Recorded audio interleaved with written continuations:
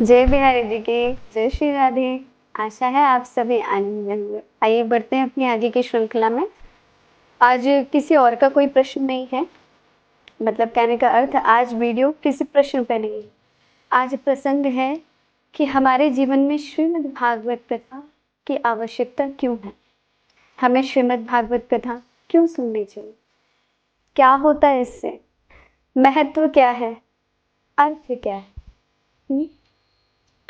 तो अपने मत अनुसार, अपने अध्ययन अनुसार हम आपको बताने का प्रयास करेंगे। फिर इससे जुड़ा हुआ कोई प्रश्न हो तो आप हमसे पूछ सकते हैं। दूसरी बात, हम रोज आपसे कह रहे हैं कृपया वीडियो को आगे बढ़ाएं और जितना ज़्यादा से ज़्यादा हो सके इसे देखने का प्रयास करें, है ना। तो सर्वप्रथम श्रीमद् भागवत जी का अर्थ क्या है संक्षेप में।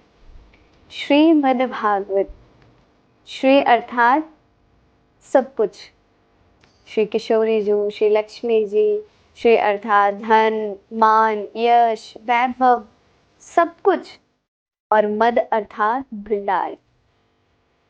अगर हमें सब कुछ श्रीमद् भागवत से ही मिल जाएगा तो हमें यहाँ वहाँ जाने की आवश्यकता ही नहीं है। जिस चीज के लिए हम दुनिया में भटक रहे हैं, इसके श्रवण, पठन, दर्शन मात्र से वो चीजें हमारे जीवन में आ सकती हैं। श्रीमद् भागवत, पहले तो एक साधारण सा अर्थ है इसका, भगवता प्रोक्ता, भगवान के द्वारा कही गई है, इसलिए इसे भागवत कहा जाता है। लेकिन जो गुरु जी से हमने श्रवण किया है इसका अन्य अर्थ, क्योंकि अनेकार्थ हैं, बहुत सारे अर्थ हैं इसके, तो जो हम जानते हैं वो आपको बताते हैं। भाष्यते सर्ववेदेषु गीयते नारदादिभिः वदन्ति त्रिषु लोकेषु तरन्ते भवसागरम्। भाष्यते सर्व वेदेषु, सभी वेदों ने जिसकी महिमा गाई है। गीयते नारदादि भी, नारद आदि ऋषि जो किसी अन्य ग्रंथ को जिन्होंने नहीं पढ़ा, किसी अन्य देवी देवता को जिन्होंने नहीं भजा, नारायण को भजा।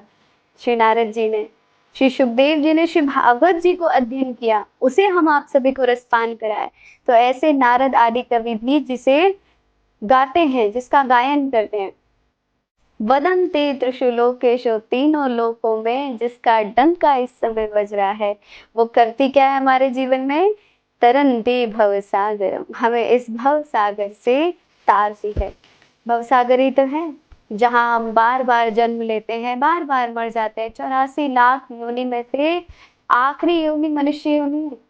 यदि हमने ये मानव देह, मानव जन्म नहीं सुधारा, भगवत प्राप्ति नहीं की, अंतरात्मा को शुद्ध नहीं किया, तो एक बात कहते हैं ना कि खाली हाथ आए थे और खाली हाथ जाएंगे, बिल्कुल नहीं। ना हम खाली हाथ आए थे, ना हम खाली हाथ जाएंगे, हम भरे हाथ आए थे। कहने का अर्थ, हम अपने कर्मों का पिटारा अपने साथ लाए थे और फिर से अपने कर्मों को अपने साथ ले जाएंगे। तो इस कर्म की भूमि से हम जितना जल्दी मुक्त हो जाए वो अच्छा है। तो सत्कर्म कीजिए, भगवान नाम लीजिए, जिससे हमारे पाप पुण्य सब नष्ट हो जाए और एकदम शून्य होके हम भगवान श्री के चरणों में जा पाए, है ना। तो अच्छे कर्म कीजिए, तरंती भव सागरन, तब जाके हम श्रीमद् भागवत के द्वारा इस भव सागर से पार हो जाएंगे।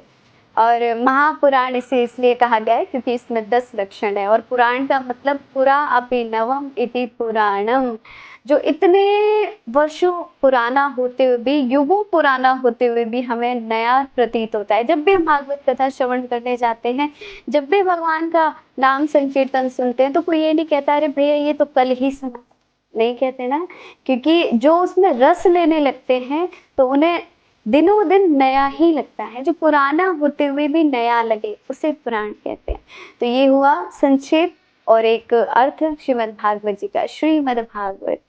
तो हमें इसका महिमा क्या है, क्या करती है हमारे जीवन में, मन की शुद्धि, तन की भी शुद्धि। जब मन शुद्ध हो जाता है तो हमारे कर्म शुद्ध हो जाते हैं, और हमारे जितने भी पाप हैं, पहले तो जल्दी से श्रवण करने को मिलती नहीं है, क्योंकि भगवत कृपा के बिना, गुरु कृपा के बिना ये संभव नहीं होता, संतों की कृपा के बिना नहीं मिलती। लेकिन जब मिलती है तो हमारे पापों का नाश करती है, दूसरा काल व्याल मुखग्रास त्रास निर्णाश हेतवे श्रीमद्भागवतम शास्त्रम कलौ तीरेण भाषितम। जो कलयुग ने हमें अपना ग्रास बना रखा है ना, अर्थात अपने मृत्यु के भय से, कलयुग के भय से, श्रीमद्भागवत ही है जो हमें इस भय से मुक्ति दिलाने वाली है।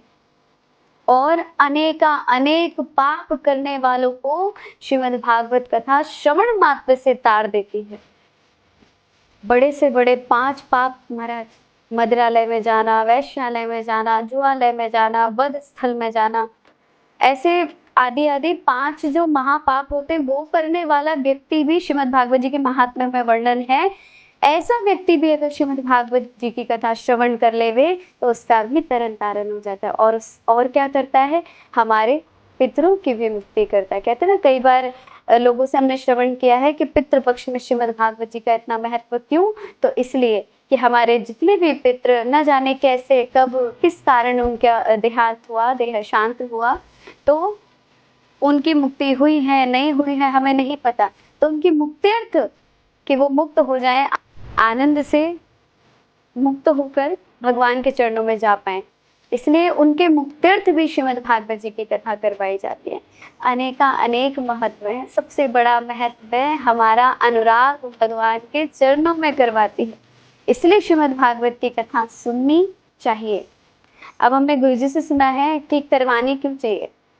श्रीमद्भागवत कथा करवाने से हमारे ग्रह में जितना पितृ दोष होगा, जितने भी पाप और नकारात्मकता होगी, वो सकारात्मकता में परिवर्तित हो जाएगी। और कहते हैं कि जिनके एक पुत्री हो ना, तुम्हारा मान के चलना कि तुम्हारे 2 पुत्री है, अपनी पुत्री का विवाह करवाने के बाद श्रीमद्भागवत कथा करवानी ही करवानी है। एक भागवत कथा करवाने का संकल्प लेना ही चाहिए। हम नहीं कह रहे, गुरु वाक्य आपको श्रवण करवा रहे हैं। तो ऐसा श्रीमद्भागवत जी का महत्व है। क्यों सुननी चाहिए, क्यों करनी चाहिए, अर्थ क्या है। अब इससे जुड़ा हुआ यदि कोई भी प्रश्न आपके मन में है तो आप सभी कमेंट द्वारा, मैसेज द्वारा आप हमसे पूछ सकते हैं। अगला टॉपिक आप क्या चाहते हैं आप बता दीजिएगा, हमें अच्छा लगेगा। नहीं बताएंगे तो हमें तो बोलना ही है। ठीक है, मिलते हैं अपनी कल की नई वीडियो में। तब तक के लिए जय बिहारी जी की, जय श्री राधे।